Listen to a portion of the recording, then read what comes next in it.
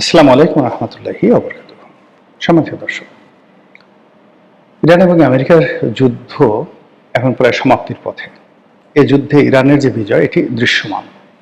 অলৌকিক যদি কোনো ঘটনা না ঘটে, কোনো দুর্ঘটনা না ঘটে, কিংবা এখানে যদি পরমাণু বোমার বিস্ফোরণ না ঘটানো হয়, তাহলে যুদ্ধের যে গতি প্রকৃতি, সেই গতি প্রকৃতি আজকের দিন পর্যন্ত পরিপূর্ণভাবে ইরানের পক্ষে। ইরানের সবচেয়ে বড় সফলতা হলো ইরান তার জনগণের মধ্যে জাতীয়তাবোধ জাগ্রত করতে পেরেছে। যেভাবে ইমাম Ayatollah Khamenei, Ayatollah Ruhullah Khamenei, the first ইমাম, তো তিনি সেই ৮০-র দশকে ক্ষমতা লাভ করার পর আমেরিকার সাথে যে দ্বন্দ্ব এবং সংঘাতে জড়িয়ে পড়েছিলেন, যেভাবে তেহরান বিশ্ববিদ্যালয়ের যারা ছাত্র হঠাৎ করে আমেরিকান দূতাবাস আক্রমণ করে সেখানে সমস্ত দূতাবাস কর্মীদেরকে যেভাবে তারা জিম্মি করে ফেলেছিল, এবং সেটি নিষ্পত্তি সেটি শক্তি প্রয়োগ করে আমেরিকা যে আক্রমণ চালিয়েছিল এবং সেই আক্রমণে তারা যেভাবে পরাজিত হয়েছিল, পরাজিত হওয়ার পরে যেভাবে ইরানের হাতে পায়ে ধরে সেই বন্দীদেরকে মুক্ত করেছিলেন, এবং মুক্ত করার পরে যে আমেরিকান সরকারের তৎকালীন যে সরকার এই জিনিসটি হ্যান্ডেল করতে না পারার কারণে, অত্যন্ত ভদ্রলোক ছিলেন সেই জিমি কার্টার, ছিলেন তখন প্রেসিডেন্ট।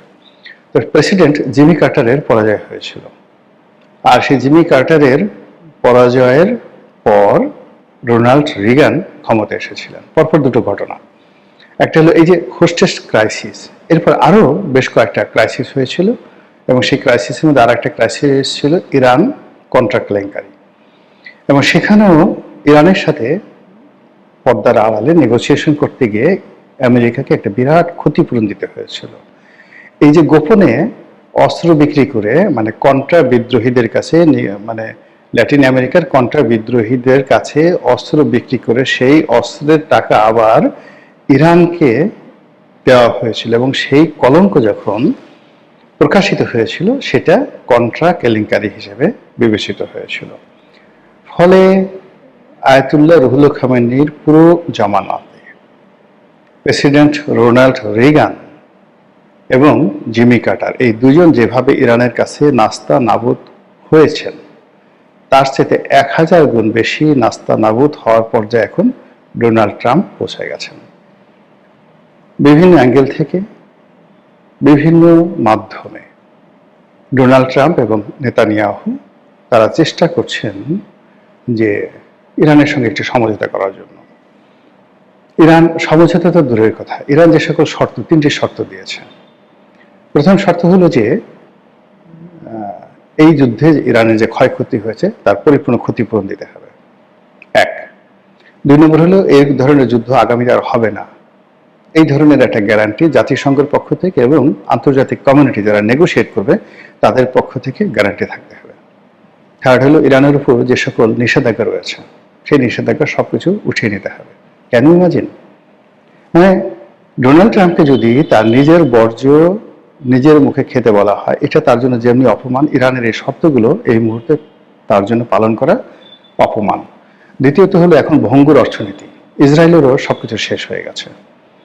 আর অন্য সময় যেটা হয়, যখন কোনো যুদ্ধ হয় তখন সেখানে অস্ত্র বিক্রি করে, তেলের মার্কেটকে ইনস্টেবল করে, ডলারের মার্কেটকে ইনস্টেবল করে, স্বর্ণের মার্কেটকে ইনস্টেবল করে, আমেরিকান যে ইকোনমি সেই ইকোনমি তারা টাকা নিয়ে নেয়, টাকা নিয়ে তারা তাদের ট্রেজারিকে পূর্ণ করে। কিন্তু এই মুহূর্তে এই যুদ্ধের ফলে এই যাবৎকালে তাদের কত ট্রিলিয়ন ডলার, এখানে বিলিয়ন ডলারের কিন্তু হিসেবে নেই, এই যুদ্ধ ট্রিলিয়ন ডলারের যুদ্ধ, ১,০০০ কোটি ডলার, ১,০০০ কোটি ডলারের যুদ্ধ, কত হাজার কোটি কত ট্রিলিয়ন ডলার তাদের লস হয়েছে এখন পর্যন্ত বলা যাচ্ছে না।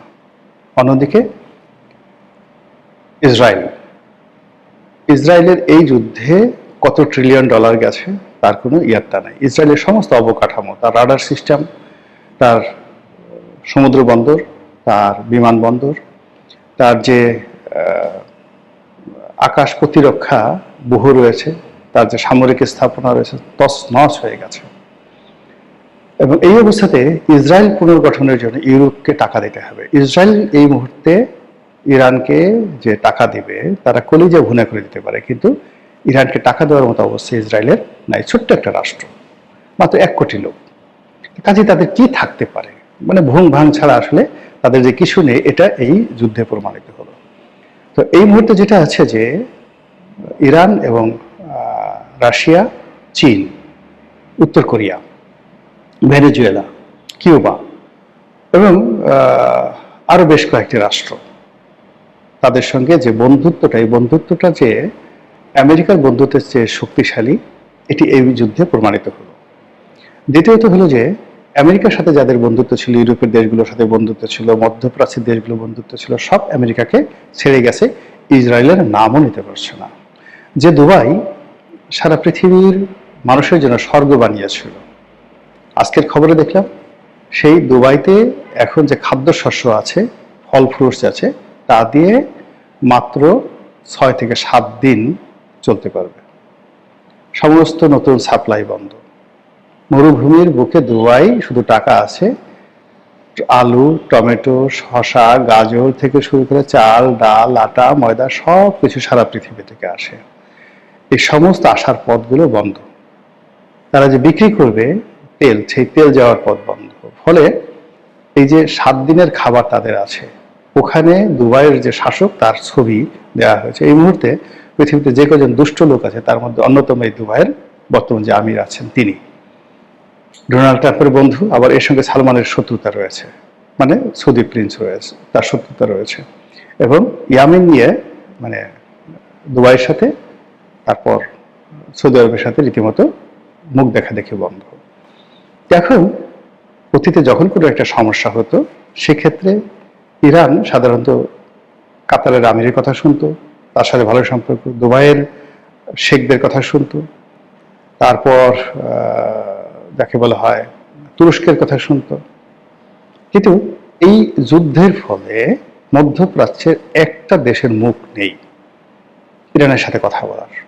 এই কারণ হলো 17টা দেশ, মধ্যপ্রাচ্যের 17টা দেশে এক নাগারে সে আক্রমণ চালিয়েছে এবং প্রত্যেকটা দেশের মারাত্মক ক্ষয়ক্ষতি। তাদের তেল উৎপাদন বন্ধ হয়ে গেছে, তাদের ইকোনমি বন্ধ হয়ে গেছে, তাদের মানে কি বলবো, সেখানে মার্কিন যে কনসুলেট অফিসগুলো রয়েছে, দূতাবাস রয়েছে, সবগুলো বন্ধ। তার সঙ্গে সঙ্গে যে সকল আমেরিকান সৈন্য আছে তারা ঘাঁটি ছেড়ে যে হোটেলগুলোতে পালিয়েছে, সেই হোটেলগুলোতে আক্রমণ করে সেই হোটেলগুলো ভেঙে চুরে তছনছ করে দিয়েছে। রিয়াদের রিস কার্লটন হোটেল থেকে শুরু করে দুবাইয়ের বুর্জ খলিফা পর্যন্ত ইরানের আক্রমণ থেকে কেউ রক্ষা পায়নি। ফলে মধ্যপ্রাচ্যে ইরানের সাথে কথা বলবে, নেগোশিয়েট করবে, এরকম কেউ নাই, সবাই ইয়ানফসি ইয়ানফসি। ফলে বাধ্য হয়ে ডোনাল্ড ট্রাম্প কাকে ফোন করেছেন? পুতিন সাহেবকে ফোন করেছেন। এখন পুতিন কি ডোনাল্ড ট্রাম্পের পক্ষে কথা বলবে? যে পুতিনকে সকাল বিকালে বাড়ি দিচ্ছে, যে পুতিনকে ইউক্রেন দিয়ে তার জীবন তছনছ করে দিচ্ছে, একটার পর একটা নিষেধাজ্ঞা দিয়েছে, এই বিপদের সময় পুতিন কি তাকে নিয়ে খেলবে না তার পক্ষে কাজ করবে? বলাই বাহুল্য। পুতিন এখানে আরো প্যাচ লাগিয়ে দিয়েছে। সে যখন বুঝতে পারছে ডোনাল্ড ট্রাম্প ফোন করেছে, তখন সে কি করে গেছে কি, যে সকল সামরিক সহযোগিতা সে চিন্তা করছিল দেবে কি দেবে না, যে সকল অস্ত্র শস্ত্র দেবে কি দেবে না, S-400 তাদের এই পৃথিবীতে এই মুহূর্তে সবচাইতে শক্তিশালী আকাশ প্রতিরক্ষা ব্যবস্থা S-400, সেই সিস্টেমটা তারা ইরানকে এই সুযোগে দিয়ে দিয়েছে। এবং অনেকগুলো যুদ্ধ বিমান, ইরানে তো যুদ্ধ বিমান ছিল না, সেই যুদ্ধ বিমান দিয়ে দিয়েছে। এখন ইরান সেই যুদ্ধ বিমান পরিচালনা করছে। তারপরে ইরানের যে শাহেদ ড্রোন আছে, শাহেদ ড্রোন 1, 2, 3 এবং সর্বশেষ ড্রোন 11, 1 সেগুলোতে তারা আক্রমণ চালাচ্ছে। তাদের যে সুপারসনিক, হাইপারসনিক যে সকল ক্ষেপণাস্ত্রগুলো রয়েছে, সেই ক্ষেপণাস্ত্রগুলো অব্যাহতভাবে আক্রমণ চালিয়ে যাচ্ছে।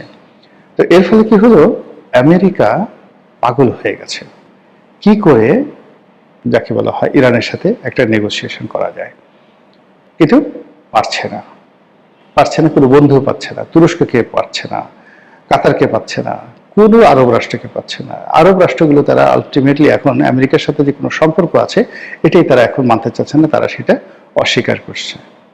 ফলে ওই যে আগেরও জমানাতে এই কাজ তাদেরকে সরাসরি CIA দিয়ে করতে হবে। একতরফা যুদ্ধবিরতি ঘোষণা করে তাদের পররাষ্ট্রমন্ত্রী বা প্রতিরক্ষা মন্ত্রী এবং সিআইএ প্রধানকে তেহরান পাঠাতে হবে এবং যাকে বলে নাকে খত যাকে বলা হয়, দুই হাত জোর করে ইরানের ধর্মীয় নেতার পায়ের কাছে বসতে হবে, পায়ের কাছে বসতে হবে, চেয়ারেও নয়।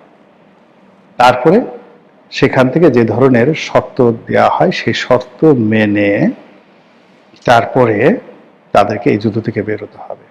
এর বাইরে আপাতত কোনো লক্ষ্য দেখা যাচ্ছে না এবং এই কাজটি না করা পর্যন্ত মানে আমেরিকা একতরফা যুদ্ধবিরতি করবে কিন্তু ইরান করবে না। ইরান যে তার কাজকর্মগুলো মানে চালানো সেটা চালিয়ে যাচ্ছে। সে যেভাবে মধ্যপ্রাচ্যের তেল ক্ষেত্রগুলো বন্ধ করে দিয়েছে, যেভাবে সে পুরো মধ্যপ্রাচ্যের ইকোনমিকে তার গ্রিপের মধ্যে নিয়ে এসেছে, যেভাবে পুরো মধ্যপ্রাচ্যকে, আমেরিকাকে, ইসরায়েলকে একসাথে ভয় দেখাচ্ছে এবং সবার কলবের মধ্যে, বুকের মধ্যে, কলিজার মধ্যে যেভাবে ইরানের ভয় ঢুকিয়ে দিতে পেরেছে, এই জায়গা ইরান এবার সহজে ছাড়বে বলে মনে হচ্ছে না। আল্লাহ আলিমুল গাইব, গাইবের মালিক তিনিই জানেন। আমরা যেটা দেখি সেটাই বলি। আল্লাহ আমাদের সবাইকে হেদায়েত দান করুন এবং